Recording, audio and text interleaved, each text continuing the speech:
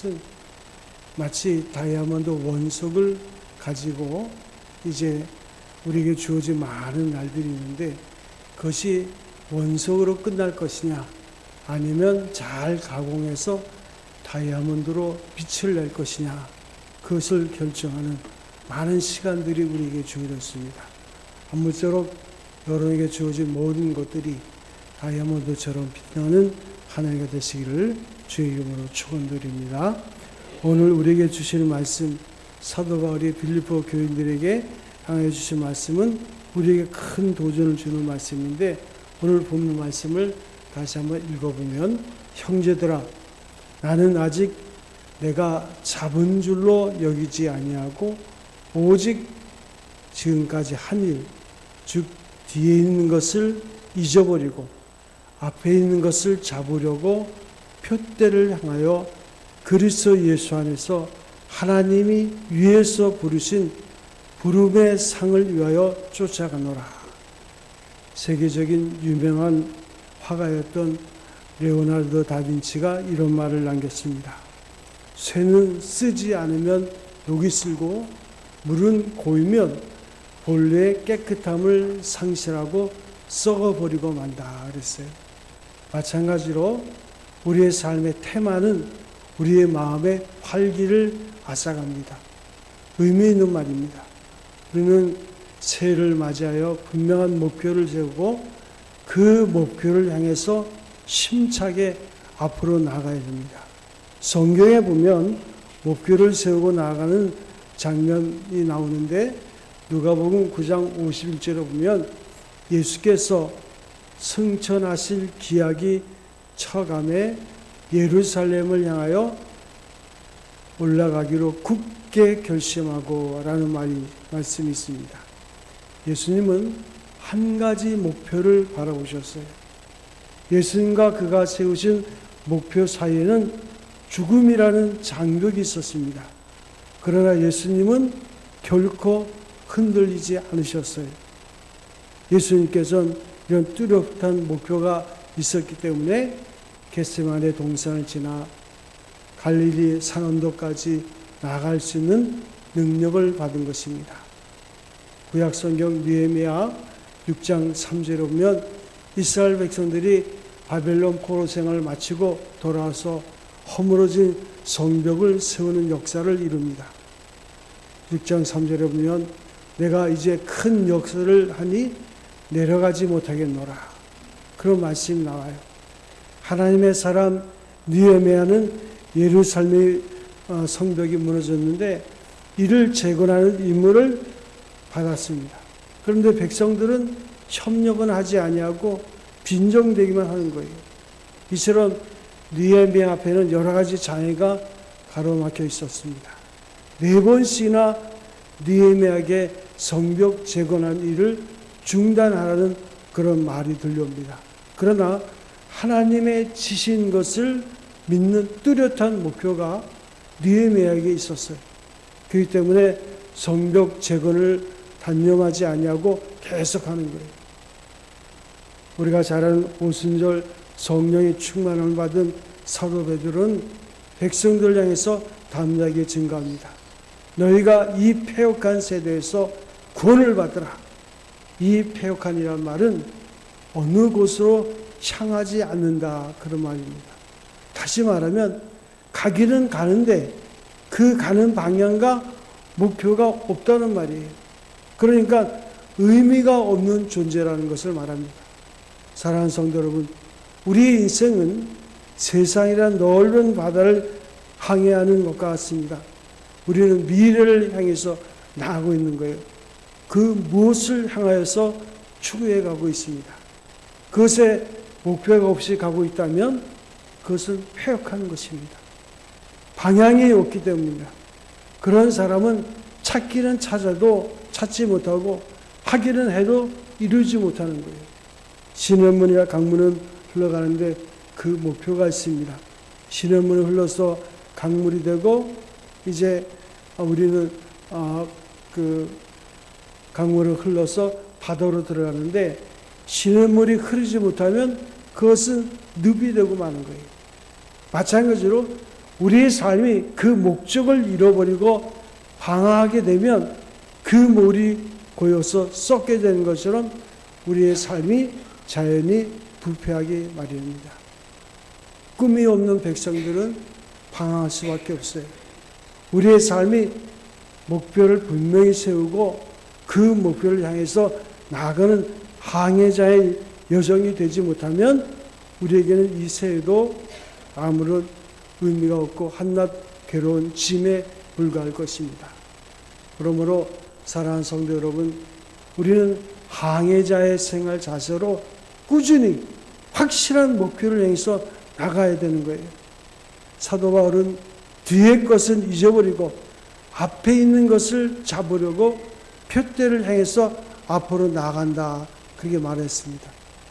예수님도 손에 쟁기를 잡고 뒤를 돌아보는 자는 하나님의 나라에 합당치 아니하다고 말했습니다. 우리는 목표가 뚜렷해야 심차게 그리고 꾸준히 전진할 수가 있어요. 우리가 세상을 살아가느라 잘못을 저지르고 후회하고 죄책감을 느끼며 괴로워하기도 합니다. 그러나 아무런 삶의 변화가 없이 죄책감만을 가지며 괴로워하는 것은 아무런 의미가 없는 생활이에요. 심리학자 윌리엄 제임스는 이런 말을 했습니다. 회개는 지난날의 죄에 굴복하는 것이 아니라 모든 죄의식을 떨치고 일어서서 선한 것을 바라보는 것이다. 옳은 말입니다.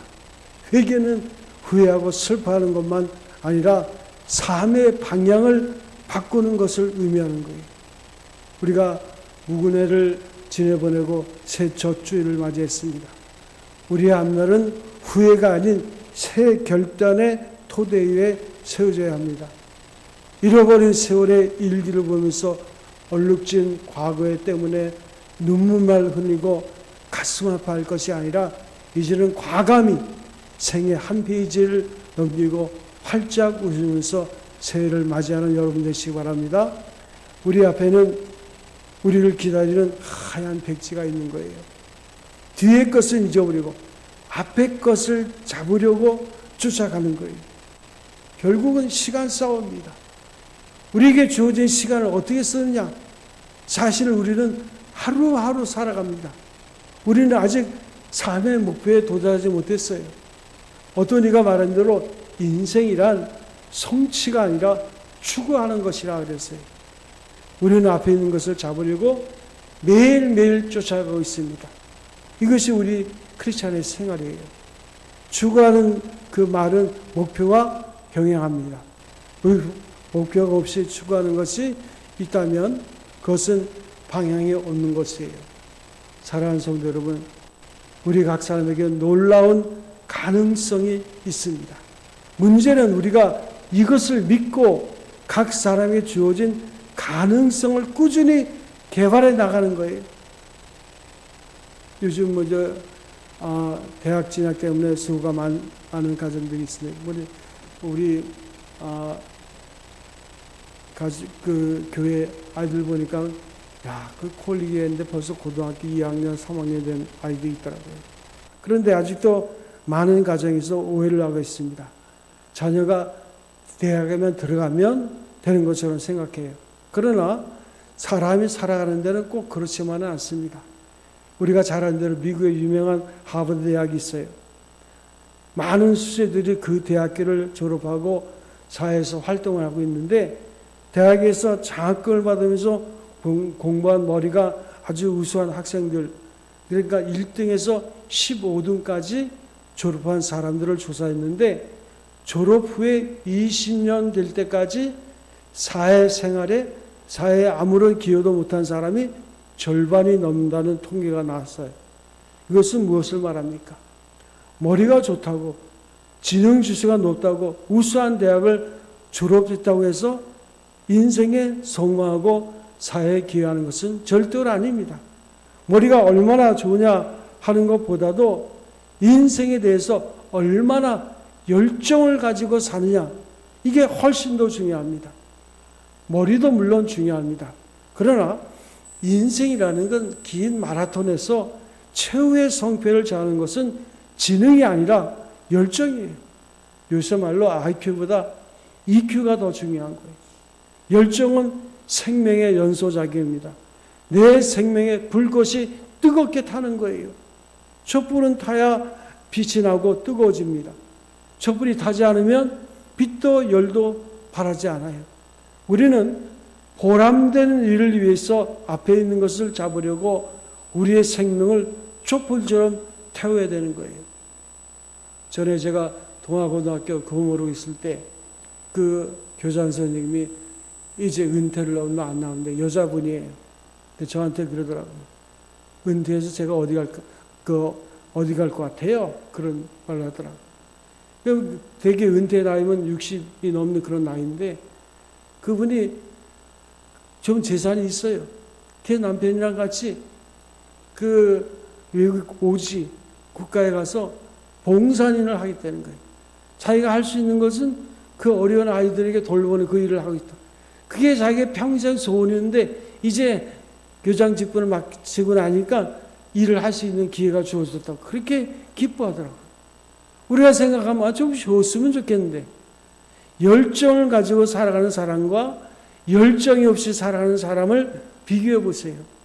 우리는 하루를 살아도 열정을 가지고 최선을 다하는 삶을 살아야 됩니다. 앞에 있는 것을 잡으려고 쫓아가는 생활, 그것이 곧 열정의 삶입니다. 열정은 인생의 강장제예요. 열정은 생활의 활력소예요. 열정이 없으면 인생은 하나 권태연석이요 지겹고 하품이 날 따릅니다. 열정은 우리에게 발랄한 생기를 주고 강한 흥미를 유발하고 끊임없는 활동의 자극제가 되는 거예요. 영국의 위대한 철학자 러셀이 이런 말을 했습니다. 학창시절에 나보다 재주가 뛰어난 친구들이 많았는데 그러나 결국 내가 승리했다. 왜냐? 나에게는 열정이 있었기 때문이다.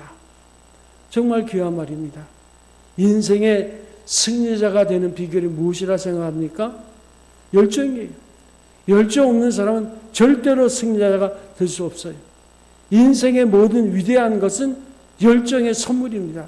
우리는 오늘 주신 말씀을 들으면서 열정이 넘치는 노 사도 바울의 모습을 볼 수가 있어요.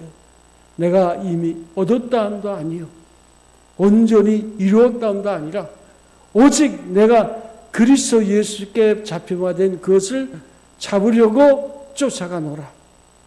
노 사도의 마음에 아직도 열정의 불이 활활 타고 있는 것을 우리가 볼 수 있어요. 사람은 어떻게 개발하냐 거기에 달려 있습니다. 누구나 악하게 될 수도 있고 선하게 될 수도 있고 그런 가능성을 항상 지니고 있는 거예요.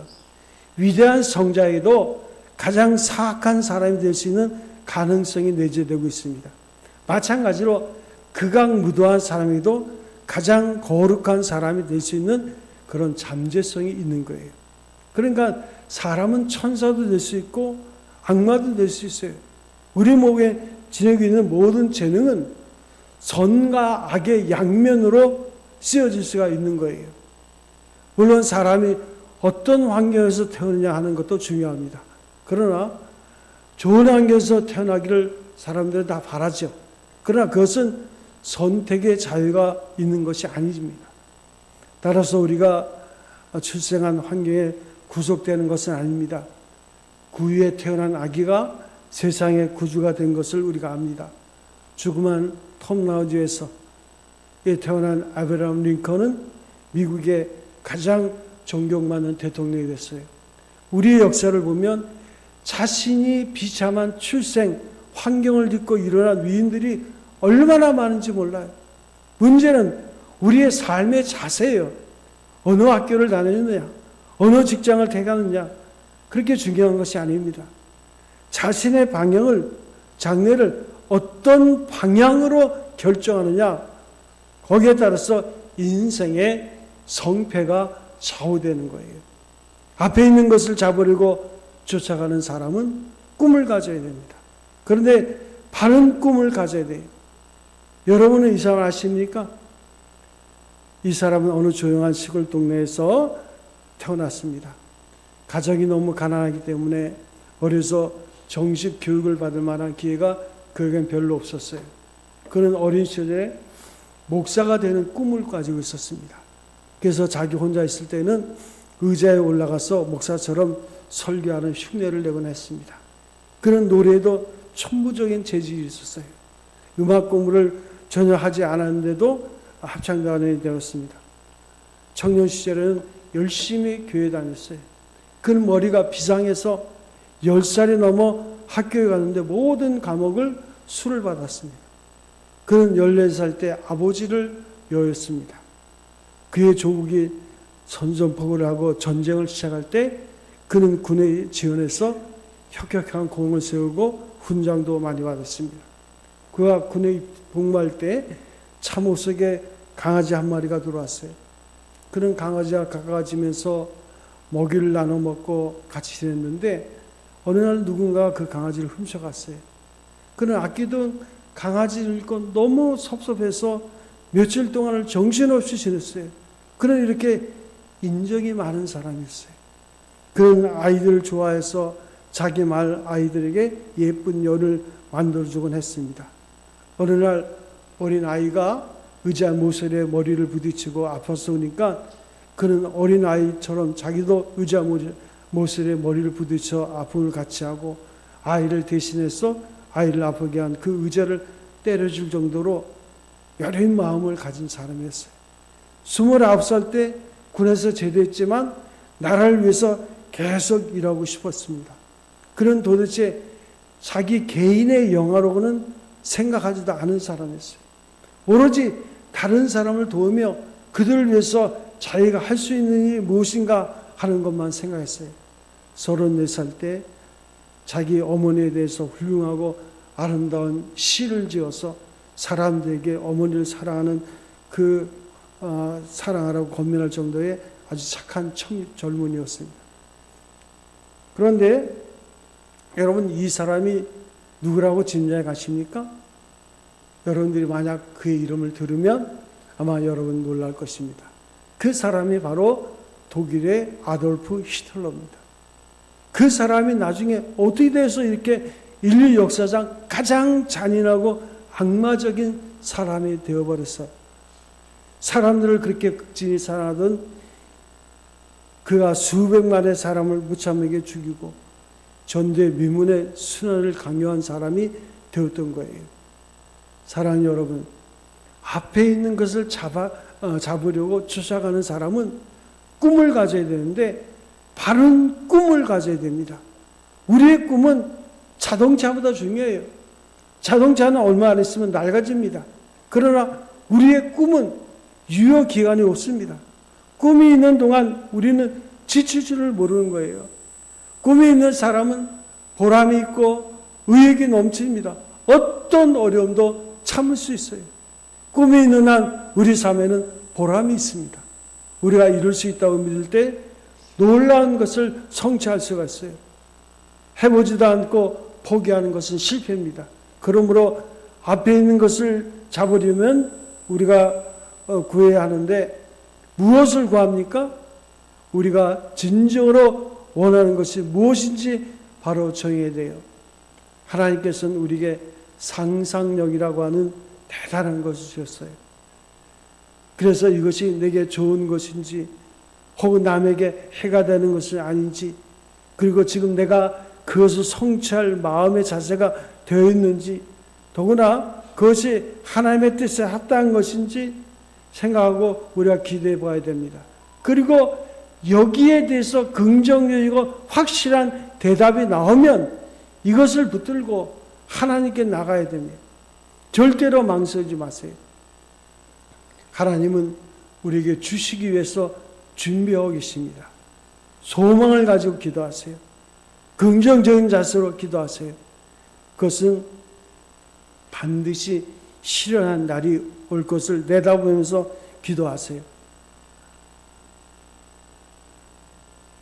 제가 참 요즘 기도할 때마다 과거에 아픈 상처들이 많이 있어요. 저에겐 목회 상처는. 제가 요즘 활동하는 총회장이니 방송에 나온 분 보면 제 동기들도 많고 제 또래들이 많이 있습니다. 그래서 요즘 생각이 많은데 요사이 기도할 때마다 하나님이 금년에 우리 교회에 허락해 주실 것들에 대해서 생각을 해봅니다. 물론 이 꿈이 이룰 때까지 여러 가지 어려움들이 있겠죠. 그러나 그것까지도 하나님이 다 해결해 주실 것을 내다봅니다. 이제 우리가 할 수 있는 일을 한 단계씩 실현해 나가는 데 있는 거예요. 우리 기독교 신앙은 결코 지름길이 아닙니다. 때로는 신앙이 우리를 일으켜 일하도록 고마운 역할을 합니다. 그런데 대부분의 경우 우리가 최선을 다할 때까지 하나님께서 우리를 도와주셔요. 사랑하는 성도 여러분, 금년에 푼 꿈이 무엇입니까? 믿고 구하세요. 부모된 우리의 소원은 자녀들이 잘 되기를 바랍니다. 마찬가지로 하나님께서는 그의 자녀인 여러분들이 잘 되기를 원하시는 줄로 믿습니다. 그래서 성경에 말씀했어요. 하나님 아버지께서는 우리에게 해로운 일이 일어나기를 절대로 원치 않으십니다. 우리가 하나님의 선하심을 믿음의 눈으로 보면 우리의 삶의 주변에서 일어나는 모든 일들이 선하게 보이는 거예요. 우리의 믿음의 요소 가운데 하나는 우리가 할 수 있는 것을 행하는 거예요. 하나님은 우리가 할 수 없는 것을 하라고 결코 우리에게 강요하지 않으십니다. 문제는 우리가 일을 시작해서 꾸준히 앞에 있는 것을 잡으려고 쫓아가는 자세예요. 어디서부터 시작하느냐? 그것은 그리 중요하지 않습니다. 문제는 우리가 시작하느냐 아니면 그 자리에 머물러 있을 것이냐 하는 거예요. 바울은 이 복음이 모든 믿는 자에게 구원을 주시는 하나님의 능력이 된다 했습니다. 능력과 믿는 자는 상호 관계가 있습니다. 사람에게 능력이 부족한 이유는 그들이 믿지 않기 때문이에요. 사랑하는 성도 여러분, 앞에 있는 것을 잡으려고 하나님께 구하세요. 그리고 확실히 믿으세요. 뿐만 아니라 우리가 할 수 있는 일을 하시기 바랍니다. 예수께서 말씀하시기를 너희가 악한 자라도 좋은 것을 자식에게 줄 알거든. 하물며 하늘에 계신 너희 아버지께서 구하는 자에게 좋은 것으로 주시지 않겠느냐. 그러면서 구하라. 그러면 주신다. 말씀하셨어요. 요즘 제가 안타까운 것은 뭐냐면 나라와 민족을 위해서 우리 교회 성도들 가운데 걱정하는 분들이 많아요. 근데 하나님 앞에 그렇게 기도는 안 하더라고. 자기들이 나가서 뭔가 해보려나 봐. 하나님이 하시는 거예요. 하나님이 우리에게 능력을 주셔야지만 우리가 일을 감당할 수 있고. 지금 보세요. 여러분들이 그만큼 나이가 들어서 인생을 살았으면 그래도 근대사에 대해서 이해는 있을 겁니다. 얼마나 이 대한민국이 어려움을 많이 겪었어요. 그런데 그때마다 하나님께서 결국 여기까지 인도하신 거잖아요. 앞으로의 모든 일들도 하나님께서 인도하시는 거예요. 제가 전도하실 때 보면 그렇게 나라와 민족을 위해서 기도하는 분들이 많았어요. 새벽에 철야 때, 옛날 철야는 그냥 밤 10시부터 새벽 4시까지 새벽 기도까지 하는 거예요. 그게 철야였어요. 그렇게 철야 진짜 자녀를 위해서 기도하고 가정을 위해서 기도하고 그 자녀들 제가 그런 얘기 했잖아요. 전에 연회동에 있는 그 연희제일교회라고 제가 전도하실 때 보면 그 철야 때 보면 그 성도들이 많지 않으니까 꼭 4명이 참석해. 4명이 참석했는데 3분이 과부야. 3분이 과부고 한 분은 제 친구 어머니인데 보면 다 그 자녀들이 열악했어요. 서울대 법대 다니다가 그 운동권으로 분리돼가지고 퇴학당한 그 아들부터 시작해가지고 그 학교 다니다가 그 컨닝해가지고 정학당한 그 아들. 그러니까 그들이 그 기도하는 그 기도는요 얼마나 처절한지 몰라요. 근데 보면 그 서울대 법대 다니다가 그 그 퇴학당한 그 아들은 결국은 우리나라에서 유수의 그 기업의 CEO가 돼가지고 조선일보에도 크게 신문에도 나오고, 그가 그 CEO가 된 다음에 연희동에서 제일 큰 집을 자기 어머니에게 사줬어요. 그리고 그 학교 다니다가 경희대학교 다니다가 그 건너에 가서 정학당한 거 그렇게 어머니 속을 썩이더니 그 어머니가 얼마나 기도했겠어요. 그래서 이제 길거리에서 하나 만났는데 유명한 그 회사 대기업의 그 건설로 이사가 돼가지고 저한테 악수를 좋아한다. 아주 점잖은 신사가 됐더라고. 어머니들의 그렇게 간절한 기도가 있었더라. 근데 요즘은 그렇게 간절히 기도하는 분들은 없어요. 주 예배냐, 보는 예배도 보면 여러분들이 한 해를 시작하면서 하나님 앞에 예배하고 기도하는 것이 삶의 우선순위가 돼서 정해야 돼요. 여러분, 그걸 빠질 수도 있고, 여러분들이 참석 안 할 수도 있어요. 그건 여러분 자유입니다. 그렇지만, 우리가 항상 생산적인 시간 속에 우리가 투자하면, 우리는 10배, 30배, 100배, 1000배의 열매를 맺는 거예요. 열매를 맺느냐, 그 열매를 갖느냐, 안 갖느냐, 여러분 자유입니다. 여러분 선택이야. 그 신앙생활도 대강하면 대강 인생을 사는 거예요. 그래서 구하고도 받지 못하는 경우가 얼마나 많습니까? 그러면 기도하세요. 소용이 없습니까? 중요한 것은 하나님과 우리 사이의 올바른 관계예요. 우리는 종종 하나님이 내 가까이 계시지 않습니다. 그런 말을 듣습니다. 하나님과 우리 사이를 뭐가 뛰어났을까요? 그 책임은 바로 우리 편에 있는 거예요. 하나님의 문제입니까? 아니에요. 여러분과 저가 문제예요. 그래서 우리는 하나님께서 우리의 기도를 응답해 주실 때까지 기도해야 되는 거예요. 성경에 보면 이런 말씀이 있어요. 보라, 농부가 땅에서 나는 귀한 열매를 바라고 길이 참아 이른 비와 늦은 비를 기다리라니. 사실 오래 참는 사람의 전형은 농부라고 생각합니다. 하지만 우리는 보통 오래 참는 것을 좋아하지 않아요. 우리는 우리 나름대로 시간표를 작성해 놓고 그 모든 일이 내 자신의 시간표에 따라 이루어지기를 바라고 있어요. 그러니까 하나님을 조종하려고 그래요. 내가 하나님께 조종당하는 것이 아니라 하나님을 내가 조종하려고 그래요. 셰익스피어가 오델로에서 이런 말을 했습니다. 어느 상처가 한순간에 암으로 낫겠습니까? 그렇습니다. 우리는 그 사실을 자주 잊어버리곤 해요. 우리에게는 때로는 인내가 필요합니다. 우리가 기다리지 않으면 볼 수 없는 경우가 많아요. 그러므로 우리가 하나님의 오래 참으심을 본받아 인내를 기다리면 우리에게 얼마나 큰 유익이 되는지 모릅니다. 사도 바울은 앞에 있는 것을 잡으려고 어떻게 했습니까? 뒤에 있는 것은 잊어버렸어요. 지난날의 죄악이라든가 허물이라든가 실수라든가 후회스러운 일들을 잊어버렸어요. 후회는 우리를 이중으로 악하게 그리고 이중으로 불행하게 합니다.